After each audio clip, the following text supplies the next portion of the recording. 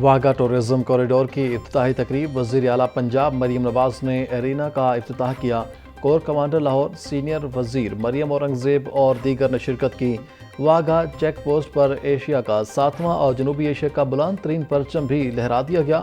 منصوبہ 7 ارب 129 ملین روپے کی لاگت سے پایہ تکمیل تک پہنچا۔ باب آزادی کے مقام پر شاہی قلعہ کی طرز پر عالمگیری دروازہ بھی نصب۔ واگا ٹورزم کوریڈور سیاحت کے فروغ میں اہم سنگ میل قرار دیا۔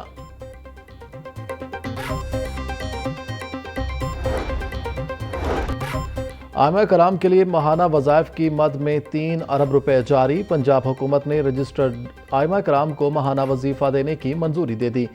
رجسٹرڈ امام مسجد کو ماہانہ 25,000 روپے اعزازیہ دیا جائے گا۔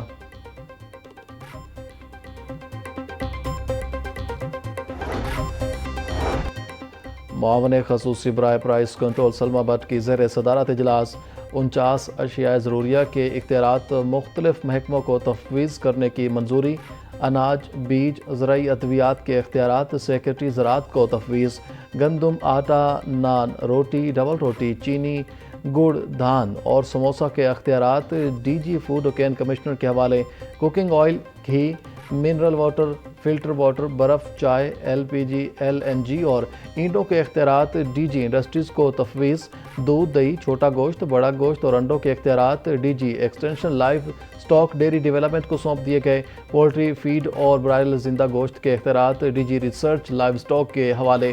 فروٹ، سبزیاں، دالیں، مسالہ جات اور کھجور کے اختیارات ڈی جی ایگریکلچر مارکیٹنگ اور ریگولیٹری اتھارٹی کے سپرد۔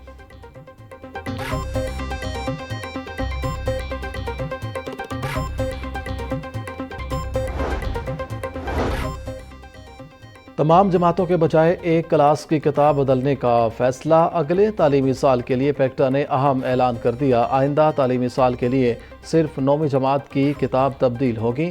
9ویں جماعت کی صرف کمپیوٹر مضمون کی کتاب کو تبدیل کیا جائے گا۔ اس سے قبل پہلی سے 2ویں جماعت کی کتابیں تبدیل ہونی تھیں۔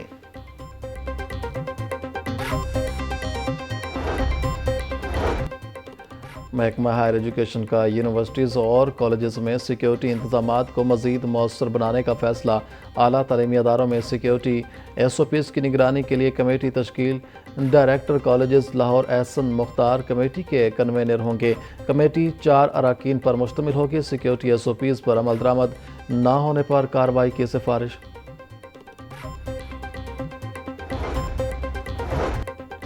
شہریوں کی آسانی کے لیے پنجاب حکومت کے بنائے گئے ای بیز پورٹل کا معاملہ۔ ایل ٹی اے کا گھریلو، کمرشل اور صنعتی اور دیگر نقشے ای بیز پورٹل پر ہی وصول کرنے کا فیصلہ۔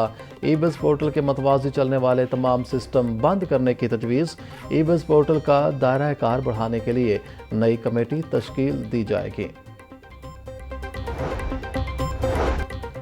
پاکستانی طلبہ کو اسکاٹ لینڈ میں اعلیٰ تعلیم کے لیے اسکالرشپس دینے کا معاملہ۔ پنجاب یونیورسٹی انتظامیہ نے امیدواروں کے انٹرویوز کے لیے 5 رکنی کمیٹی بنا دی۔ جامعہ پنجاب کے پرو وائس چانسلر ڈاکٹر خالد محمود خصوصی کمیٹی کے چیئرمین مقرر۔ راجہ منور، ڈاکٹر انور اصغر اور دیگر 5 رکنی خصوصی کمیٹی کا حصہ ہوں گے۔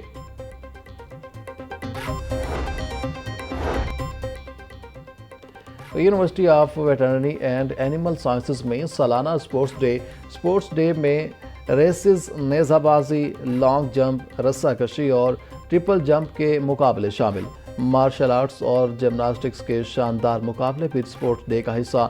یو وی اے ایس کے تمام کیمپسز کے طلباء و طالبات فیکلٹی اور سٹاف مقابلوں میں شریک۔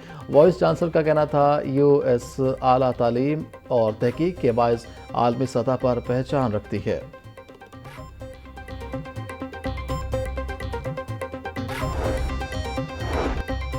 Lahore high court property ownership قانون کے تحت کارروائیوں کے خلاف درخواست پر سماعت۔ عدالت نے درخواست فل بینچ کو سماعت کے لیے بھجوا دی۔ جسٹس ابھر گل نے غلام رسول سمیت دیگر کی درخواست پر سماعت کی۔ ریٹ میں ناقابل ٹرانسفر پراپرٹیز اونرشپ قانون کو چیلنج کیا گیا۔ درخواست میں قانون کو بنیادی حقوق سے متصادم قرار دینے کی استدعا کی گئی۔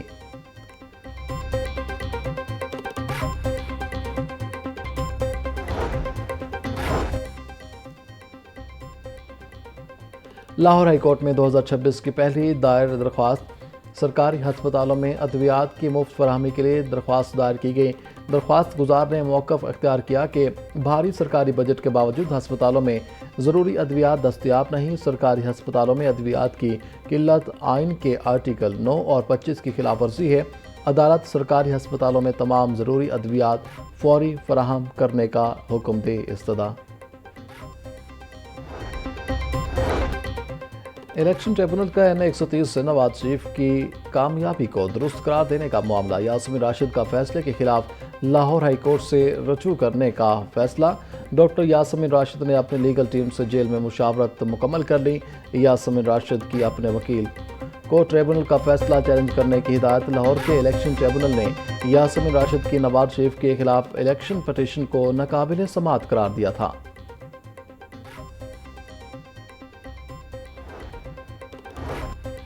سال 2026 کا پہلا دن ایل ڈی اے کی جانب سے پہلا این او سی جاری۔ سبززار ای بلاک پلاٹ نمبر 614 کے رہائشی کو این او سی جاری کیا گیا۔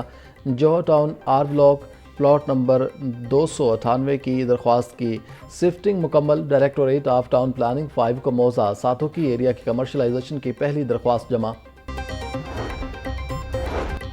دھند اور بارشوں کے حوالے سے ٹریول ایڈوائزری جاری۔ ترجمان موٹر وے پولیس کا کہنا ہے کہ قومی شاہراہ پر مختلف مقامات پر وقفے سے بارش کا سلسلہ جاری ہے۔ روڈ پر پھسلن ہے۔ روڈ یوزر دوران سفر احتیاط برتیں۔ شہری غیر ضروری سفر سے گریز کریں۔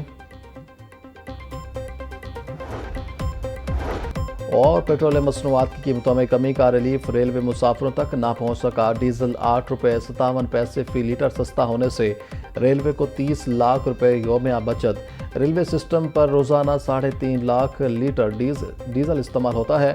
بچت کے باوجود مسافر اور گڈز ٹرینوں کے کرائے 18 جولائی 2025 کے ریٹس پر برقرار۔ مسافروں کا ٹرینوں کے کرایوں میں فوری کمی کرنے کا مطالبہ۔